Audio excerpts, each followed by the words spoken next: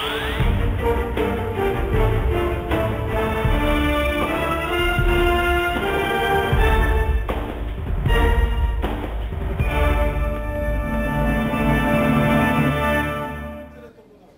স্বাগত জানাচ্ছি খাতুনগঞ্জ থেকে মতিঝিলে। দেখতে সব এক, আসলে কি এক তেমনি সব 500W রড এক না। BSRM extreme. আজ আমরা আলোচনা করছি কর্পোরেট নেতৃত্ব নিয়ে। এই নিয়ে আলোচনা করতে আমার সাথে স্টুডিওতে রয়েছেন HR কাইটসের ব্যবস্থাপনা পরিচালক সৌদ বিন মাসুদ এবং HR কাইটসের USA প্রধান নির্বাহী কর্মকর্তা রাশেদ আহমেদ। জনাব আহমেদ এবং জনাব মাসুদ, আপনাদের কাছে স্বাগত জানাচ্ছি আরেকবার। জনাব রাশেদ, আপনাকে প্রশ্ন যাবার আগে আমি একটা প্রশ্ন নিয়ে নিই। আমাদের দর্শক প্রশ্ন পাঠিয়েছেন, how can we enhance our leadership skills to gain a competitive edge in the global corporate area? আমি যদি এর সাথে আপনি যোগ করতে চাই এই প্রশ্নের সাথে যে যখন এই গ্লোবালাইজেশন হচ্ছে পৃথিবীতে, তখন বাংলাদেশে একটা ম্যানেজারের জন্য এই চাকরি পাওয়ার ক্ষেত্রে এই গ্লোবাল পার্সপেক্টিভে কতটা চ্যালেঞ্জিং, আসলে তার কী কী গুণ থাকা দরকার? সেটি আমার মনে হয় গুণাগুণ আজকাল পুরো বিশ্বে মোটামুটি একই রকম হয়ে গেছে, কারণ এখন আর কোনো জিওগ্রাফিক বাউন্ডারি দিয়ে আমরা কাউকে ঠেকাতে পারবো না। রাইট। এবং এই প্রশ্নটা সেদিক থেকে খুবই অ্যাপ্রোপ্রিয়েট প্রশ্ন যে আমরা কিভাবে আমাদের ট্যালেন্টকে ইন্টারন্যাশনাল ট্যালেন্ট স্টেজে নিয়ে যাব। এবং সেই মিশনে আমরা এখানে আসছি যে কিভাবে আমরা আমাদেরকে সেই একই পর্যায়ে নিতে পারবো যেখানে ওরা পৃথিবীর যে কোনো ট্যালেন্টের সাথে কম্পিট করতে পারবে।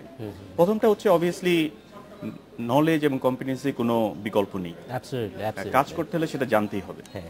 দ্বিতীয়টা যেটা খুব ইম্পর্টেন্ট এবং যেটা আমি মনে করি এখানে আমাদের কাজ করার আছে, সেটা হচ্ছে অ্যাটিটিউড এবং কনফিডেন্স।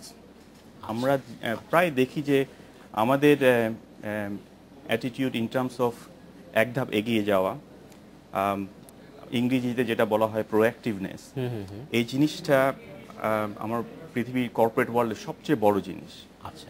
এক ধাপ এগিয়ে যাওয়া, নিজে থেকে কাজ করা, সেলফ ড্রিভেন স্টাইল, এগুলো হচ্ছে আজকাল আন্তর্জাতিক মার্কেটের মূল ম্যাজিক বলতে পারেন, মূল কাঠি।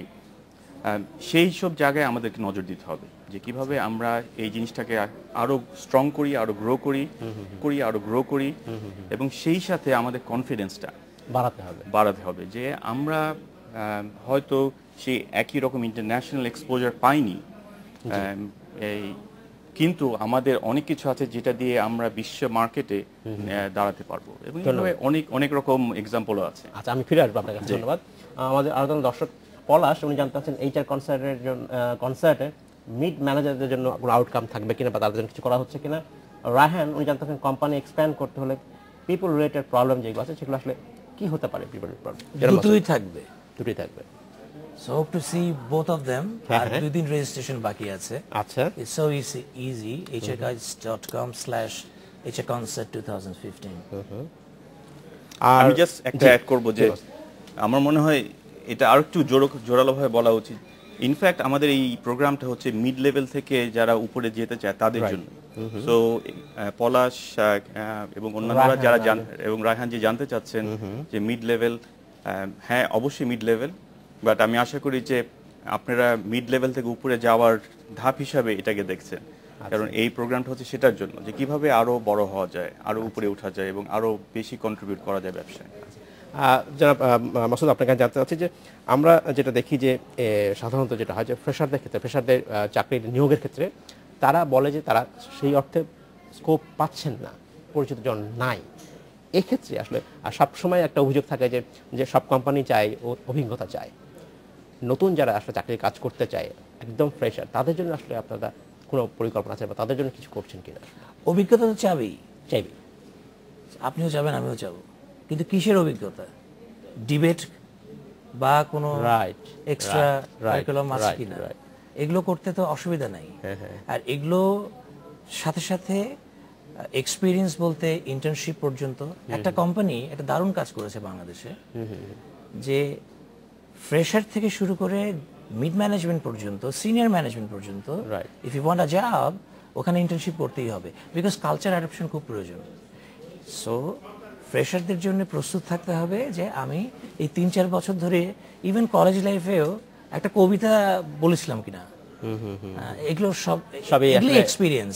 এক্সট্রা কারিকুলার অ্যাক্টিভিটি যেটা বলতে যা বোঝায় খুব সেইটা জরুরি, খুব দরকার। জরুরি। এই না যে আমি লিখে দিলাম I like reading, cycling, comma comma 100টা, স্পেসিফিক হতে হবে, এভিডেন্স থাকতে হবে। ধন্যবাদ জনাব রাশেদ, আপনি তো যোগ করতে আছেন। আমি একটা জিনিস যোগ করতে যাচ্ছি, একটা উদাহরণের মাধ্যমে যে কোথায় পৃথিবী যাচ্ছে, এবং আমি আমেরিকার এক্সাম্পল দিতে যাচ্ছি।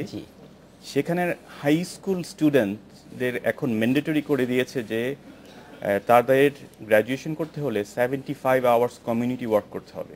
আচ্ছা, এবং that is what becomes a very important part, যে তারা ইউনিভার্সিটিতে অ্যাডমিশন পাবে নাকি পাবে না, কি কমিউনিটি ওয়ার্ক করেছে। এটা একটা বড় এক্সপিরিয়েন্স। আমরা এখন ওই দিক থেকে কিছুটা পিছিয়ে আছি। আমাদের স্টুডেন্ট লাইফটা মোটামুটি একাডেমিক লাইফ হিসেবে থাকে, কিন্তু community contribution is becoming a fundamental, যে সে কতটা চারিদিকে তাকে ইনফ্লুয়েন্স করতে পারে, কতটা কন্ট্রিবিউট করতে পারে, কতটা লিড করতে পারে, সেটা প্রতিফলন কিন্তু স্টুডেন্ট লাইফ থেকে চলে আসার সুযোগ আছে, যদি সেই ইচ্ছাটা থাকে। আমি আরেকটা প্রশ্ন আপনার কাছে এই সুযোগে জানতে চাচ্ছি, সেটা হচ্ছে আমরা আমাদের প্রাইভেট সেক্টর কর্পোরেট যে জবগুলো দেখছি সবগুলোই ঢাকা কেন্দ্রিক, রাজধানী কেন্দ্রিক, এর বাইরে চাকরি নাই, সুযোগ খুবই কম। এই সুযোগ বাড়াতে হলে আসলে কার কাজ করা উচিত, কি করা উচিত? আসলে কঠিন প্রশ্ন আমি বলবো, কারণ এটার সাথে অনেক কিছু জড়িত আছে। কিন্তু কর্পোরেট ওয়ার্ল্ডেরও একটা বড় রেসপন্সিবিলিটি আছে, এটা আমি মনে করি। আমি অনেক কোম্পানিকে দেখেছি, কিছু মাল্টিন্যাশনাল, কিছু লোকাল, যারা অনেকটা উদ্যোগ নিয়ে ঢাকার বাইরে তাদের প্রতিষ্ঠানগুলোকে শক্ত করতে যাচ্ছে। প্রাইভেট সেক্টর থেকে অন্তত এতটুকু করা উচিত যে যারা বাইরে চাকরি করতে চায় তাদেরকে একটু এক্সট্রা সুযোগ দেওয়া, একটু ইনসেন্টিভ দেওয়া, কারণ সেটা থেকে হয়তো শুরু হবে যে বাইরে যাওয়ার আগ্রহটা যখন আস্তে আস্তে শক্ত হবে, তখন হয়তো আমরা আবার সেটাকে নিউট্রালাইজ করতে পারবো। কিন্তু কোনো কিছু শুরু করতে হলে একটু সুযোগ বেশি দিতেই হবে, সেটা সব জায়গায় হয়। পৃথিবীর অনেক দেশে এরকম সুযোগ আছে যে একটু অপরিচিত জায়গায় গেলে তাদেরকে একটা এক্সট্রা ইনসেন্টিভ দেওয়া হয়, একটা অ্যালাউন্স দেওয়া হয়। তো আমার মনে হয় প্রাইভেট সেক্টর থেকে এই জিনিসটা খুব সিরিয়াসলি চিন্তা করা উচিত যে কিভাবে আমরা এটা করব। And in the end it benefits everybody. বাইরে মার্কেট শক্ত হলে সেখানে আমাদের কাস্টমারও বাড়বে, কাস্টমার বাড়লে আমাদের ব্যবসাও বাড়বে। ধন্যবাদ। জি, আপনি যোগ করতে চাচ্ছিলেন। তাই বলে এটা যেন না হয়, আমাদের একটা স্ট্যাটিস্টিক্স আছে যে 80% স্টুডেন্টসরা চাকরি শুরু থেকে 5 বছরের মধ্যে ঢাকায় থাকতেছে। দিনাজপুরে, রাজশাহীতে, খুলনায়, বরিশালে থাকবে না, ঢাকায় থাকবে। এইটা তো মোবিলিটি হলো না। মালয়েশিয়া, আমেরিকাতে মোবিলিটি হবে, আর কেন কুষ্টিয়া হবে না, এটা কিন্তু ঠিক না। That's flexibility has to be there. নতুন নতুন চাকরিদাতা না, যারা চাকরি করছেন তাদের চাকরি খোঁজার সুবিধার্থে আসলে আর কি অপশন থাকতে পারে, যেটা প্রায় অভিযোগ করে দেখেন যে চাকরি তারা খুঁজে পান না, এটা কেন হবে? খুবই সংক্ষেপে যারা রাশেদ আহমেদ, খুবই সংক্ষেপে। Obviously networking is very important, সব জায়গায় নেটওয়ার্কিং করতে হবে। জাস্ট আমি অফিসে যাব এবং অফিসে আমার চারপাশে যারা আছে তাদের সাথে কথা বলবো।